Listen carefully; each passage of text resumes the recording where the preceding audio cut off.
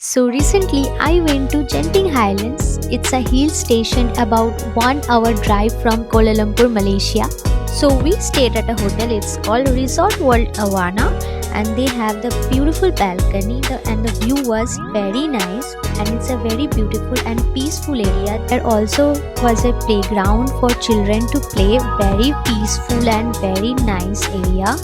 So we also booked a gondola ride. So it's basically a cable car that takes you up to the higher part of Genting Highlands. There was many indoor and outdoor rides. There was a Chinese temple with many Buddha statues. I didn't know their names, but there were many different Buddha figures there. It is situated in the higher parts of the Genting Highlands. We also had our lunch there, and obviously we loved the place so much. So that's it for the video. We loved the hotel and the places as well. So I will rate this hotel 8 out of 10. And I have already given the link. So if you want to know, you can check it out.